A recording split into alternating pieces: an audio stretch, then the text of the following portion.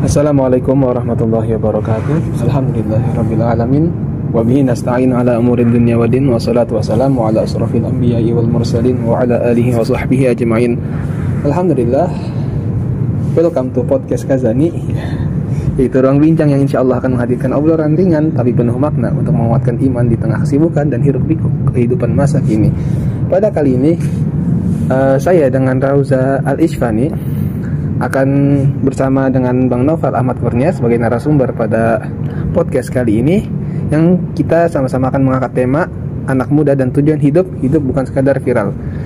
Jadi kita di sini akan ngobrol santai saja, tapi insya Allah akan penuh hikmah tentang bagaimana Islam memandu kita dalam menemukan arah hidup yang jelas, bukan hanya sekedar mengejar popularitas sesaat. Ya. Oke, di sini ada Bang Noval. Assalamualaikum Bang. Waalaikumsalam warahmatullahi wabarakatuh. Gimana kabarnya hari ini? Alhamdulillah, bahagia, ceria di tengah suasana yang sejuk ya hari ini. Ya, alhamdulillah. Sedap lah. Kalau Rauza gimana kabarnya? Alhamdulillah, sehat, alhamdulillah. Hidup juga lagi enak lah, aman. Udah libur ya. Siap.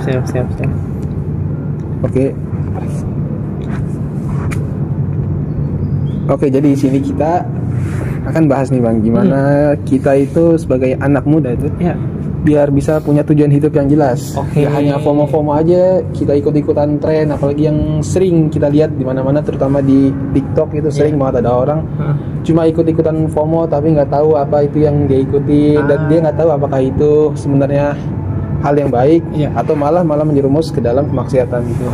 Jadi menurut Abang tuh gimana sih biar kita bisa tetap punya tujuan hidup yang jelas gitu, biar nggak terombang-ambing gitu? Oke, ini langsung aja nih ya. Boleh. Oke. Bismillahirrahmanirrahim. Gimana caranya supaya kita punya tujuan hidup yang jelas di tengah berbagai macam arus informasi yang kadang terlalu banyak menyita waktu kita gitu ya? Oke. Ini sebelumnya perkenalan dulu teman-teman. Halo guys, sebelumnya nama gue Noval Ahmad Kurnia, bisa dipanggil Noval. Diundang oleh teman-teman CSI gitu ya. Kalau kesibukan sekarang saya masih mahasiswa semester akhir, lagi menyusun skripsi ya, sambil berbagi pengalaman dan mungkin ada hal baik yang bisa diambil.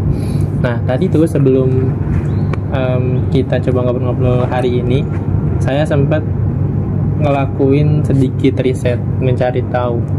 Saya sempat nanya ke salah satu AI, tolong berikan pada saya 5 hal terkait remaja. 5 hal terkait remaja, dan sertakan survei yang mendukung hal tersebut. Terus udah nih saya ketik, terus saya send, saya apply, akhirnya keluarlah di situ beberapa hasil yang sebenarnya tidak mengagetkan, karena itu juga kita alami, tapi ternyata dari datanya lumayan signifikan gitu. Nih coba saya sampaikan dulu ya data dari AI tersebut terkait 5 hal yang berhubungan dengan remaja. Nih, yang pertama kesehatan mental. Kesehatan mental. Surveinya dari salah satu lembaga survei Indonesia. Dia menyebut remaja usia 10-17 tahun itu menunjukkan bahwa sekitar 1 dari 3 remaja itu pasti mengalami masalah mental dalam 12 bulan terakhir. Bisa dibayangin ya, kita nih remaja yang kalau kata Allah itu di Quran itu adalah fase kuat di antara 2 fase lemah gitu. Fase anak-anak, fase remaja, dan fase tua. Kita lagi di fase remaja nih, lagi di fase lagi kuat-kuatnya. Ternyata banyak di antara kita dapat kesehatan mental, isu kesehatan mental. Bahkan 1 dari 3 orang gitu pasti dapat isu kesehatan mental. Terus yang kedua depresi. Jadi remaja itu kalau dikata AI ini isunya adalah depresi guys. Bisa faktornya karena merokok, karena alkohol, atau bahkan karena faktor orang tua yang depresi. Terus yang ketiga, biasanya remaja itu kalau kata AI ini kesulitan memiliki hubungan dengan orang tua.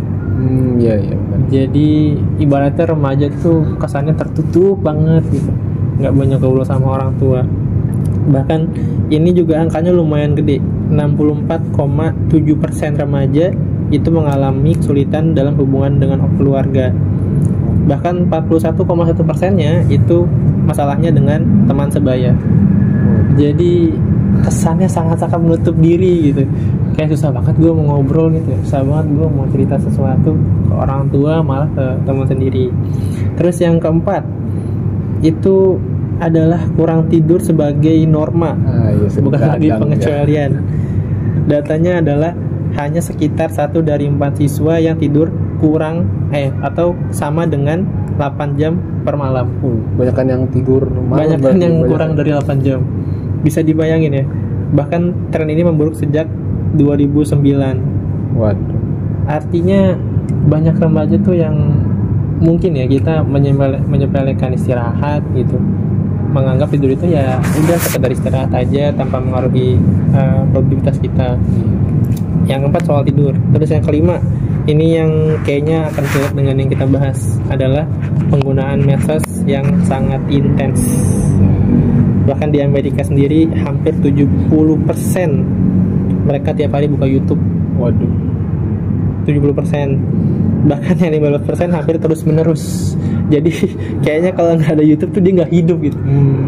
Bukan lagi WA ya, bukan yang buat komunikasi gitu, bukan lagi Telegram atau SMS, ini YouTube gitu. Nonton dia ngapain aja YouTube, makan YouTube, ngobrol YouTube bahkan gitu. Gabut aja nih, kadang kita langsung otomatis buka YouTube. Itu di Amerika Serikat. Data lainnya 57% itu buka TikTok. Nah, dari banyak hal tadi, banyak kebiasaan tadi, sebenarnya mengarah ke satu hal yang ini juga perlu kita highlight sebagai remaja. Itu namanya brain rot.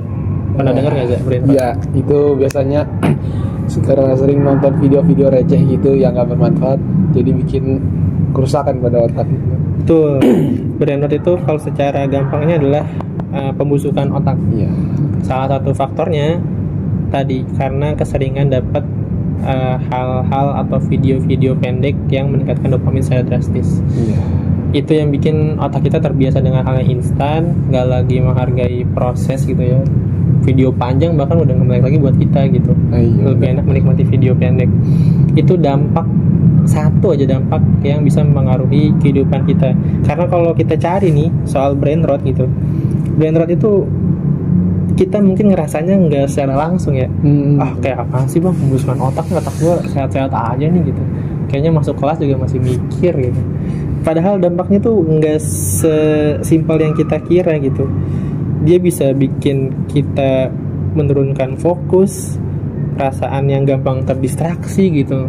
Kayak apa-apa tuh kayak gampang banget gue bang ngerasa tiba-tiba nggak bisa ke satu hal gitu. Moodnya gampang berubah. Itu tuh pengaruh brain rot tuh. Bahkan sampai ada penurunan kemampuan berpikir kritis. Artinya kita tuh akhirnya menjalani hidup tuh template aja, nggak ada pengambilan keputusan secara sadar gitu. Kayak gua kok bangun tidur otomatis buka HP ya gitu. Gua kok kalau setelah mandi kok otomatis buka HP ya gitu. Kayak nggak ada yang diambil keputusannya gitu. Kayak lu bisa ngapain, olahraga, stretching gitu kan, tiba-tiba aja gitu. Nah itu salah satu efek dari brain rot.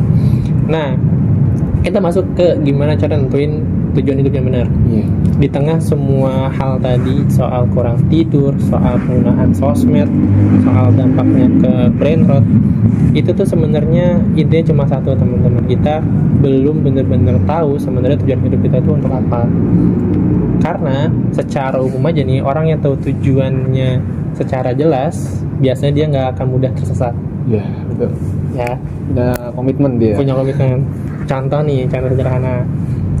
Kita misalnya sore-sore bingung mau ngapain. Terus udah nih kita coba iseng lah, kita turun gitu ke bawah. Kita tidur di lantai atas misalnya. Kita turun ke bawah. Terus kita ke parkiran, kita mau ambil motor. Tapi kita kondisinya nggak tahu mau kemana. Udahlah jalan dulu aja lah gitu. Bandingin sama orang yang sama kondisinya sore, terus dia lagi tidur di lantai 2, turun ke bawah ke parkiran motor, ambil motor, tapi dia tahu mau kemana. Hari itu adalah hari dimana dia harus berkunjung ke rumah neneknya. Coba bandingin mana yang kira-kira lebih cepat nyampe tujuannya. orang yang pertama tadi yang bahkan nggak tahu tujuannya kemana, sama orang yang punya agenda ke rumah neneknya? Lebih cepat mana? Pasti yang mau ke rumah neneknya karena dia udah tahu mau kemana. Betul. Orang yang nggak tahu tujuannya dari awal bahkan menjalani hidup kayak, oh ya udahlah kalau emang ini yang lagi rame gue ikutin deh gitu. Oh ya udahlah kalau emang ini yang lagi seru kita bareng-bareng deh, yang penting seru gitu. Akhirnya nggak ada hal yang dicapai, akhirnya nggak ada hal yang jadi bisa menggerakkan dia setiap hari untuk bangun gitu. Padahal kita nih sebagai seorang muslim apalagi, Allah tuh udah sering banget nyampein ke kita gitu terkait tujuan hidup, terkait yang harus kita cari. Simpelnya adalah ada dua sumber dari Quran yang bisa menjelaskan tujuan hidup. Simpel banget nih. Satu di Quran surat Al-Baqarah ayat 30, satu di Quran surat Az-Zariyat ayat 56. Hafal nggak, Zat? Ayat Baqarah ayat 30 yang wa idh qala rabbuka lil malaikati inni ja'ilun fil ardi khalifah qalu ataj'alu fiha man yufsidu fiha wa yasfiku ad-dima'a wa nahnu nusabbihu bihamdika wa nuqaddisu lak qala inni a'lamu ma la ta'lamun. Nah, artinya dan ingatlah ketika Tuhan berfirman kepada para malaikat, aku hendak menjadikan khalifah di muka bumi. Kemudian malaikat berkata, apakah engkau hendak menjadikan orang yang merusak dan menumpahkan darah di sana, sedangkan kami bertasbih memujimu dan mensucikan namamu? Kemudian Allah berfirman, sungguh akan mengetahui apa yang tidak kamu ketahui. Ini satu ya, tadi sebelum yang Azariyat nanti, tugas kita dunia adalah sebagai khalifah. Oke. Pertanyaan berikutnya, khalifah itu apa, Bang? Khalifah itu adalah simpelnya pemimpin, pewaris, penyelenggara kesejahteraan di muka bumi. Kita nih sebagai manusia punya tugas yang amat sangat agung ini untuk mensejahterakan bumi agar tidak menumpahkan darah nih. Kalau di ayat ini malaikat Bang nanya ke Allah gitu, ya Allah, apakah engkau ingin menjadikan khalifah ini orang-orang yang menumpahkan darah di muka bumi gitu, yang bukannya sejahtera tapi malah jadinya ruwet nih, malah jadinya perang nih, nggak malah sejahtera gitu. Nah tugas itu untuk itu tuh kita punya tugas yang sangat kompleks buat bikin bumi itu tuh jadi sejahtera gitu. Sejahtera itu artinya adalah memaksimalkan semua potensinya untuk kita sendiri nih, tanpa ada yang rusak gitu. Itu simpelnya. Kalau ngomongin turunannya, kita harus jadi ahli ekonomi, harus jadi ahli IPA, harus jadi ahli geografi, agar semua itu kesinambungan dan tetap berjalan dengan baik. Itu tugas yang pertama, tujuan yang pertama. Terus yang kedua, itu yang lebih umum lagi, ada di Az-Zariyat ayat 56. Hafal nggak Zafal Az-Zariyat? Oh itu enggak. Ini ayatnya familiar. Kama khalaqtul jinna wal insa illa liya'budun. Artinya, aku tidak menciptakan jin dan manusia melainkan agar mereka beribadah kepadaku. Ini beberapa kali saya dengar ustadz gitu ya, atau dai-dai menyampaikan tentang ayat ini. Ayat ini itu menarik karena Allah menggunakan Allah menggunakan kalimat yang terkesan negatif. Aku tidaklah menciptakan jin dan manusia melainkan agar mereka beribadah kepadaku. Padahal kalau kita mau ngomongin secara logikanya, Allah bisa aja menyampaikan, aku menciptakan manusia dan jin untuk beribadah kepadaku. Nggak harus ada kata tidak, dua penyebutan kata tidak. Nah, seingat aku, tadaburnya adalah ini tuh penegasan bahwa Allah tuh nggak mungkin nyiptain kita, Allah tuh nggak mungkin nyiptain jin sama manusia kecuali buat ibadah sama Allah gitu. Artinya kalau nggak buat ibadah kita tuh nggak diciptain gitu. Ini tuh penekanan yang sangat super duper jelas gitu. Kayak kita tuh nggak akan ada di dunia ini, nggak akan ada di bumi, nggak akan ada sekarang nih. Kalau kita lagi kuliah di UIN, mereka tuh beribadah pada Allah. Terus pertanyaan berikutnya adalah, ibadah itu apa aja, Bang? Ini yang kadang tuh kita masih salah konsep, kita masih salah pemahaman. Kadang kita tuh menganggap ibadah itu hanya sholat, hanya puasa, hanya zakat, haji gitu. Padahal ibadah itu konteksnya luas. Kalau tadi tuh yang saya sebutin namanya ibadah mahdoh, ibadah yang udah tuntunannya gitu, ada syariatnya secara jelas. Ada ibadah yang lain, ibadah belum mahdoh. Contohnya apa?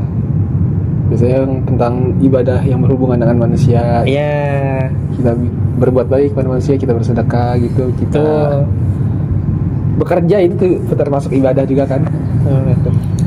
Simpelnya ibadah ghair mahdoh adalah saat hal-hal yang kita anggap boleh atau mubah itu kita niatin karena Allah, insya Allah itu jadi ibadah ghair mahdoh.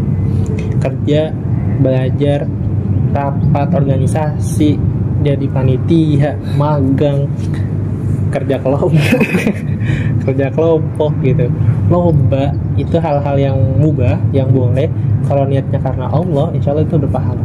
Simpelnya kalau kita ngomongin misalnya tadi magang atau lomba, kita sebagai seorang muslim nih, kita tahu kita sebagai seorang muslim itu kan secara nggak langsung menjadi cerminan Islam itu sendiri kan.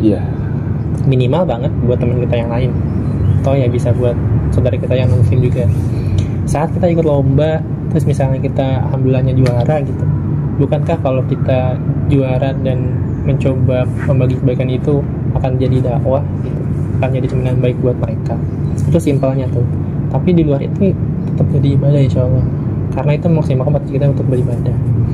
Jadi itu, satu tadi jadi khalifah, memimpin di muka bumi. Dua, dalam bingkai ibadah pada Allah. Nah, kalau buat dua dasar ini aja bisa kita turunin ke banyak hal tuh. Oke nih, kita tahu kita tujuan dunia jadi khalifah, jadi pemimpin di muka bumi, terus beribadah juga. Terus turunannya apa nih? Oke, gue udah ibadah, sholat gue udah oke, puasa gue aman bang, kayaknya nggak pernah bolong deh. Terakhir bolong tuh SD misalnya. Terus zakat aman bang. Terus haji belum sih, tapi insya Allah mampu lah ya. Amin. Nah, oke nih udah clear. Sekarang yang kita perlu cari tahu adalah kemana potensi kita buat jadi ibadah di rumah gitu. Potensi kita kan beda-beda nih. Kita kan kalau kata Allah menciptakan dengan secara unik masing-masing. Kelebihannya ada yang jago di bidang ekonomi, ada yang jago public speaking, ada yang jago di bidang bahkan mengelola di belakang layar gitu. Pertanyaannya adalah potensi kita yang beragam ini akan jadi ibadah yang seperti apa, akan jadi ibadah yang amal soleh sebaik apa gitu. Karena kalau kita berkaca ke Muhammad Al-Fatih yang dari kecil bahkan sudah punya tujuan yang jelas. Al-Fatih itu dari kecil tuh beliau udah tahu bahwa wah, gue disuruh nakut-nakutin novel nih, gue pasti disuruh buat nembus tuh tembok nih gitu. Udah tahu tuh beliau tuh. Nah, saat beliau udah selesai dengan ibadah-ibadah mahdohnya tadi dan punya pemahaman jadi khalifah di muka bumi, beliau mengerahkan potensi lainnya dengan belajar geografi, cara perang, strategi, belajar bahasa. Itu semua beliau kuatin buat mencapai ibadah yang tadi itu, ibadah Guyur Mahdoh, yaitu menemukan Konstantinopel. Nah, rasanya kalau itu semua kita punya nih, kesadaran itu kita punya, usahanya udah gaspol, harusnya kita jadi lebih sadar dan lebih aware bahwa kita tuh punya tugas besar dan tujuan yang harusnya nggak kita anggap enteng gitu. Kan gitu, kadang kita tuh nganggap enteng suatu hal karena itu bukan tujuan kita. Yang kedua, akhirnya hal kecil yang tadi tuh sesimpel buka HP setelah bangun tidur tuh udah nggak kerasa lagi karena kita punya tujuan gitu. Kita punya hal yang kita pengen dapetin. Sebenarnya itu sih poinnya harusnya. Oke Bang, kasih atas penyampaiannya ya. Alhamdulillah bermanfaat banget itu ya. Jadi kita jadi tahu gimana sih caranya. Emang kita tuh udah tahu harusnya sebenarnya tujuan hidup kita tuh udah jelasin banget dalam Al-Quran. Apalagi kita sebagai seorang muslim tuh harusnya memang udah paham gitu. Kita diciptain di dunia itu memang sebagai khalifah untuk beribadah kepada Allah Subhanahu wa taala. Oke, makasih Bang atas penyampaiannya pada podcast kali ini. Ya, sama-sama. Oke, kita tutup podcast kali ini dengan membaca Alhamdulillahirabbil alamin. Wabillahi taufiq wal hidayah. Wassalamualaikum warahmatullahi wabarakatuh. Waalaikumsalam warahmatullahi wabarakatuh. Terima kasih guys.